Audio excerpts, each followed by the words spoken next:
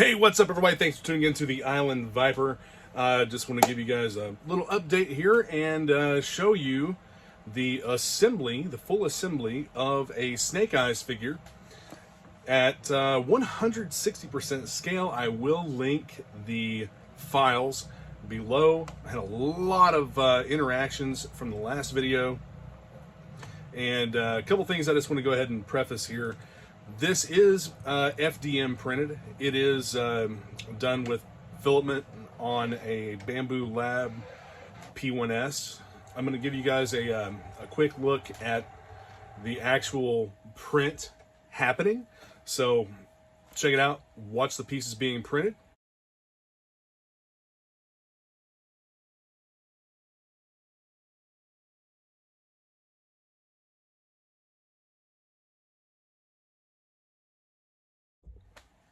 I did the accessories in gray just to give a little bit of color differentiation. You don't have to print any of this in any colors except black.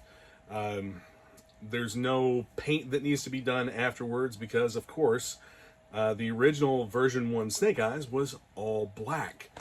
Now, personally, I like adding color details to figures, so I may go through and either colorize or paint this figure. I did set up a machine so that I can get a lot higher detail prints, and I've been messing with settings and printing individual pieces in color just to see how far I can push it with what I can print to color. The more stuff I can print to color, the less I'm going to deal with painting. Let's go ahead and get started. The easiest pieces to assemble are obviously going to be the legs.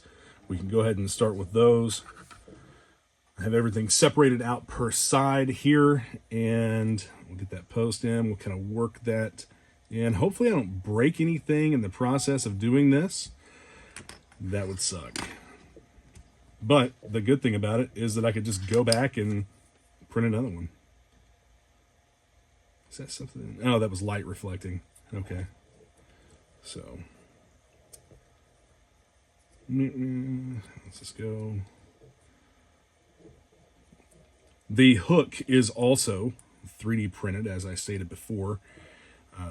That is not included with the files for the figure. This is a separate file. I will try to also include a link for that piece. I know you can hear a printer going in the background. I'm actually printing a head right now for a Storm Shadow figure, and I wanted to colorize the face, so I'm printing. Don't want to use that one. He's all black, so he's going to get black screws. That is a nickel screw, and I will also include a link in the description to where you can purchase these screws. And I'm just letting it kind of thread itself. No glue or anything really necessary for the screws. You just don't want to over tighten them, and don't force it. Don't just go at it and start cranking that screw in. You don't want to crack anything. At least I don't. I'm working around my camera tripod, so should be good to, if I meet any solid resistance, I'm going to stop. I'm holding everything together because not only are you threading through, there we go, that's good. Not only are you threading into the second part of the leg, you're also threading through the first part of the leg, the inside of the thigh here. And then just give your knee some movement to make sure everything's solid. And that looks good. There's not a gap. This is just how it printed. It's not split apart or anything. All of the edges are smooth on this. Go ahead and move over to the other leg. And this T-hook is pretty solid. you can mess around with all of the orientations and whatnot if you're going to print these yourselves. And usually find a pretty happy medium or a happy position for, my man, am I turning into Bob Ross talking about happy little positions? My hands are still a little bit cold. I've been outside working on my Jeep, installing new suspension on the front, and it has been a not a bad project, but it's very cold. It's down about 33, 32 degrees right now. My hands have not fully warmed back up, and I'm sure some of you probably know what it's like to work outside with metal and with metal tools in the cold. It sucks. It makes a job that should take a short amount of time take way longer when you're taking breaks to warm up and keep your hands from going numb, because you can't work with numb fingers. There we go. Second leg is assembled. Check movement. Looks good. The hook is in there. Fantastic. This figure is ready for the lower half to be completed. I'm just checking my thigh gap. I've already cleaned all of these pieces up, taken off supports. Go ahead and do this. See how easy that goes on? That's so much better than being afraid you're going to snap a crotch whenever you're trying to assemble a vintage figure from the 80s. And I like these nice big O-rings too, because you don't have to have any tools or anything. You can just hook that right around. Get his back of his torso here. And just for the sake of keeping things together and organized, I'm going to go ahead and assemble that upper body and set that aside.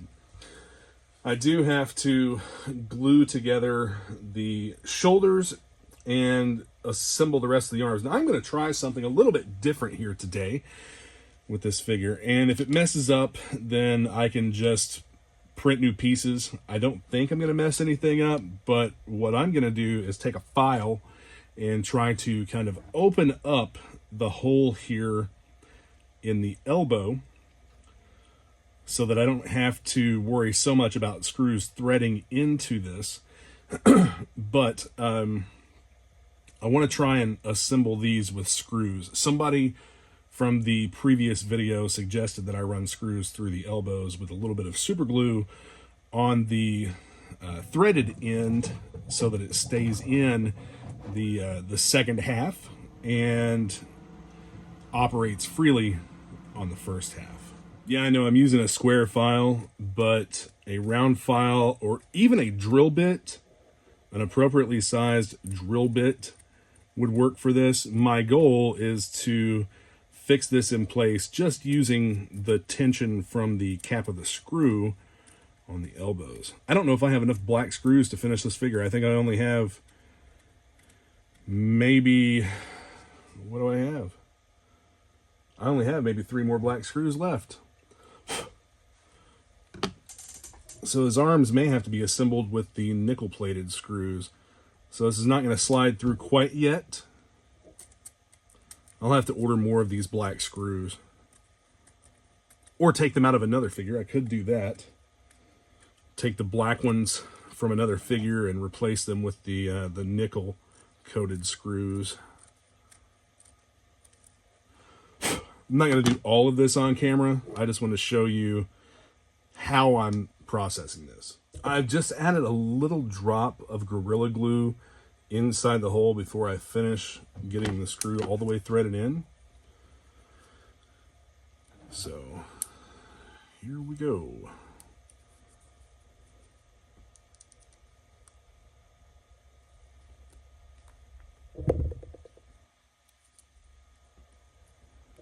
Man, that elbow is nice and tight. And I don't think the screw really has much farther to go.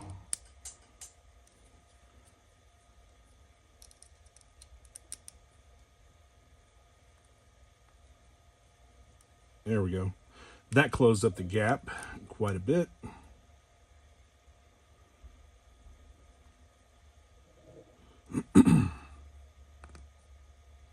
And it's nice and tight. We can work that loose a little bit later, just so that it's not going to damage anything if you try to pose the figure, or if I try to pose the figure. You can see how tight that is. And as far as the excess glue, probably a better way, but we're just going to clean that right off. Lower arms are done. Now it's time to do the shoulders. I filed out the shoulder disc to the point where the screw slides through easily. Ultimately, what I would like to be able to use on these is Chicago screws, but I'm having trouble finding them in an appropriate size. The correct size seems to be a problem to get. Let's go ahead and get this glued together here. Let's throw this around a little bit. It's probably going to be easier to glue this side and get it where it needs to be. I need to get one of those bottles of glue that has like a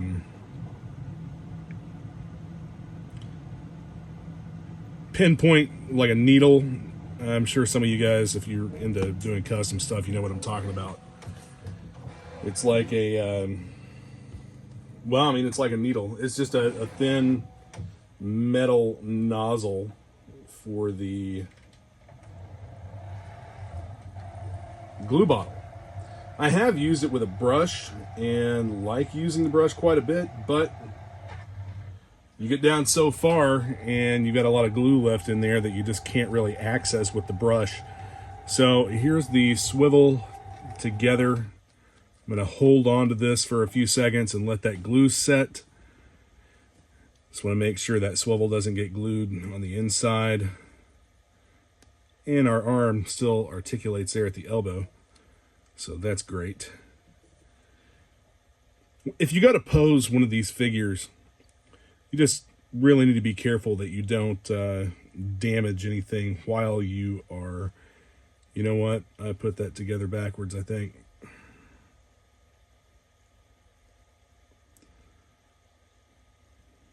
Oh well, it doesn't matter. It'll be all right. See how that sets. That's actually supposed to be the right shoulder, and I've put it on the left. But like I said, it's okay. Not the end of the world. I'll build another one.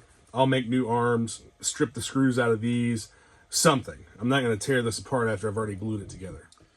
I'm going to continue with the assembly just for the sake of showing in the video, but here's what can happen if you try to put the screws in too fast. See that little white line and that crack? I split that part of the arm. I'm probably just going to go ahead, go back and print an all new piece for this.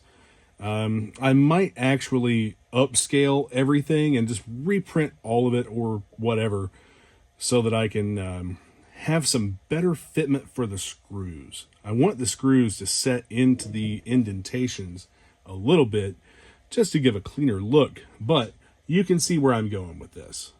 Snake Eyes is assembled. He is getting the nickel-plated screw in the back because I don't have any more of the black screws left and I don't really want to take more figures apart for it. So he's going to get that and he'll be happy with it. I've just dropped the screw in and we'll tighten until it reaches the point of tension.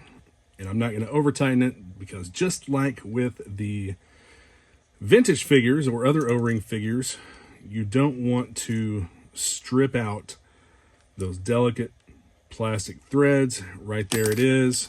That's the end. And everything is pretty good with this figure except for where I screwed up this arm. I also put that screw in the wrong side. So not a big deal. It's all coming apart anyway. He's going to get new arms, and I might post an update video. I might just post pictures here on YouTube because I think I can add a photo to a post. But let's put him aside and move on to his accessories. The satchel charge, I actually split this in half so that it would print more clean. I wanted a better looking print. I could have probably printed it oriented with the bottom on the plate, but it's going to look better glued together. Here the satchel charge is glued together.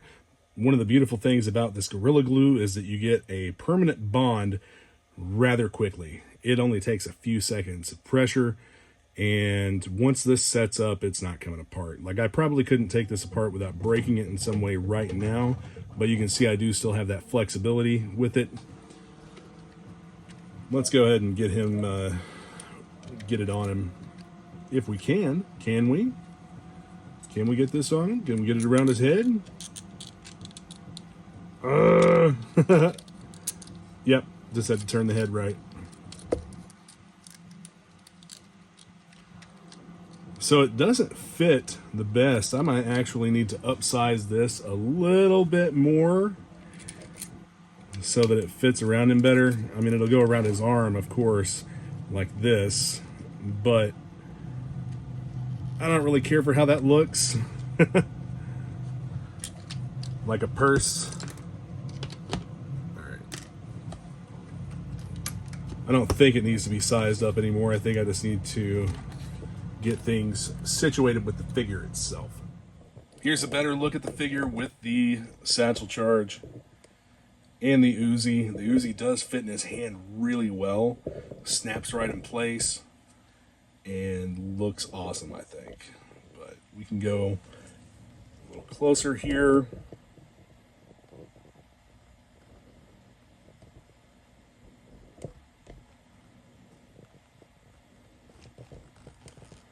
Overall, I'm satisfied with how this turned out. I'll probably make some adjustments with how I print it and go a little slower.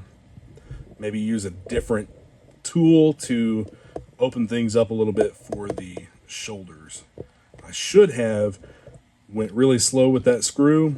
Instead, I tried cranking it in, and like I told you earlier in the video, don't just go cranking it in, because if you do, you're going to break something.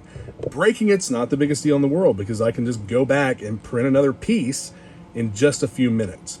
But that's not the point. These are easy to assemble as long as you take care and you're not rough with them. These are not really so much for play. I may give one to my daughter just to let her check it out. I'm working on setting up a Baroness right now. I'm test printing some pieces and getting the sizing right for the new style of shoulder and elbow joint, and that eliminates it being two halves, and the elbow just plugs into the shoulder, so that's pretty cool. I do like the way that Uzi came together, though. That's really nice. Very happy with that. Thanks for watching. Be sure to hit the subscribe button and the notification bell so that you get a notification when I post new content. I'll have more of these figures that I'm going to do because this is fun and I like doing it. I like making these as well as larger play sets or smaller 3 3/4 play sets. I think I'll make some videos with those. I'll make a video with the Checkpoint Alpha that I've printed some of, and a few other things. I need to run one of those off. I need to print an OG color in gray and black. Might do a white one. I don't know. They go great with the Vamp. They go great with the Stinger as well. I've printed some Cobra 788 black, red, and gray themed Checkpoint stuff as well. And the one that I love the outcome, but I don't love printing it, is the Cobra Bunker. I've made a few of these, and man, they are huge, and it's a nice looking set. Really happy with how they come out, but they just take forever, and I don't like having machines tied up that long. But here this guy is. He's going to go in a clamshell case with I'm thinking about having my classified card backs redone, or even a card back for this guy with artwork for the original figure. I've got everything. I have all the artwork and everything for it. Should have the artwork for it. I just got to get it laid out a little different, and I'll talk to my good friend about doing that. So here he is, Snake Eyes V1.5, the swivel arm version. There are also files in the pack for, I believe, a straight arm version, but I really like putting these together. I like assembling these figures. Love classified, still collecting them. I got a bunch of new ones that I need to make videos on when I get time, but these are just something kind of different because I do like O-ring figures.